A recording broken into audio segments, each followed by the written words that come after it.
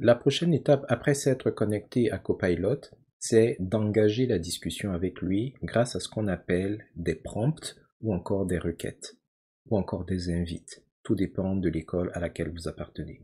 Les invites ou les requêtes ou les prompts, ce sont tout simplement les questions ou les instructions que vous allez donner à l'intelligence artificielle au moyen de la zone de discussion. Donc, pour pouvoir chatter, pour pouvoir clavarder, discuter, tout ce que vous avez à faire, c'est de cliquer dans la zone de discussion et de tout simplement saisir votre requête, saisir votre instruction. Ça peut être aussi pointu et banal qu'une question que vous poseriez à un ami. Et il est important de vous rappeler que ce sont des agents conversationnels qui, au fil du temps, sont de plus en plus intelligents, entre guillemets. Donc, n'essayez pas nécessairement d'être trop technique, essayez d'être le plus conversationnel possible pour que toute l'information que vous cherchez à extraire, qu'elle soit naturelle. Parce que si vous vous censurez vous-même, il est possible que la manière de poser la question soit limitée ou déformée. Alors en général, vous allez rentrer votre question. Alors là, je suis sur l'application de bureau, ok? Donc avant d'aller aux choses entre guillemets sérieuses, je vais m'amuser un peu, juste pour vous montrer que l'intelligence artificielle est parfois aussi un peu capotée. Donc si par exemple je lui demande qui est le père de Sangoku, alors je pose la question comme je la poserais à un ami, à un camarade, etc. Et il va donc vous apporter une réponse qui peut être juste, qui peut être approximative, ça on y reviendra là-dessus. Mais dans tous les cas, une fois que vous avez une réponse, la prochaine étape va être, dans certains cas, de vérifier les sources. Alors ici, nous sommes dans une version non connectée, donc il n'affiche pas nécessairement les sources. Il y a des choses auxquelles j'ai pas accès, mais on va le voir tantôt. Donc si jamais il y a des sources, il faut vérifier les sources. Pourquoi vérifier les sources?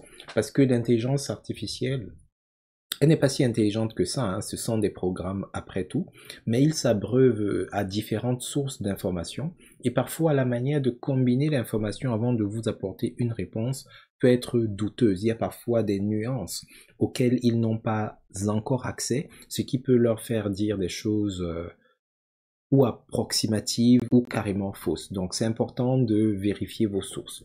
Et dans le cas où la réponse qui vous a été apportée n'est pas complète, elle ne vous satisfait pas, ou alors elle ne correspond pas à l'angle de vue que vous souhaitiez obtenir, vous avez la possibilité de continuer la conversation exactement comme ça aurait été le cas avec un ami. On peut voir par exemple ici que je lui ai posé une question complètement aléatoire sur Sangoku. Alors là, il m'a donné une réponse en me disant globalement qui est le père de Sangoku. Et après, lui il me pose une question comme l'aurait fait un ami ou une connaissance. Il me demande si je suis fan de Dragon Ball Z et il me demande quels sont les moments ou personnages préférés de la série. Ok, donc je peux lui répondre à cette question ou je peux poursuivre ma quête en lui disant, par exemple, pourquoi Bardock défendait la planète Vegeta contre Freezer? Donc là, je lui pose la question et il va me répondre. Et ainsi de suite, je peux poursuivre avec mon interaction. Et vous pouvez constater que non seulement il apporte la réponse, il essaye dans certains cas de relancer la conversation en allant vers autre chose, mais il vous propose également d'autres questions pour poursuivre la conversation dans le cas où vous ne seriez pas assez inspiré pour donner ou alors poser des questions additionnelles.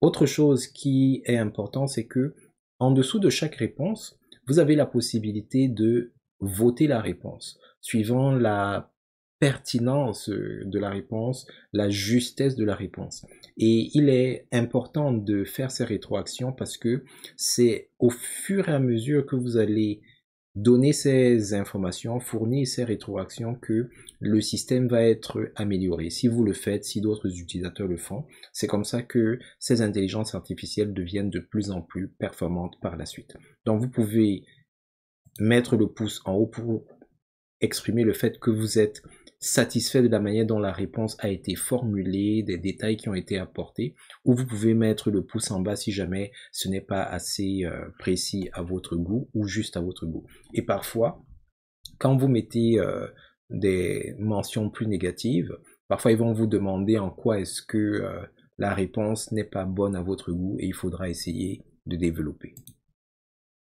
C'est donc en ça que consiste l'utilisation de Copilot Chat à sa base, à sa toute base, c'est-à-dire une fois que vous êtes connecté, vous saisissez votre invite ou votre prompt ou votre requête, puis si jamais il y a des sources qui viennent avec la réponse, vous examinez les sources pour vous assurer que les réponses qui vous ont été fournies sont justes, sont cohérentes, et puis par la suite, soit vous utilisez le résultat qui vous a été fourni parce qu'il est complètement satisfaisant, ou alors vous poursuivez la conversation en posant des questions complémentaires, en lui demandant de reformuler ses réponses, ou alors en vous inspirant des questions de poursuite qu'il va vous fournir en général à la fin de chaque réponse.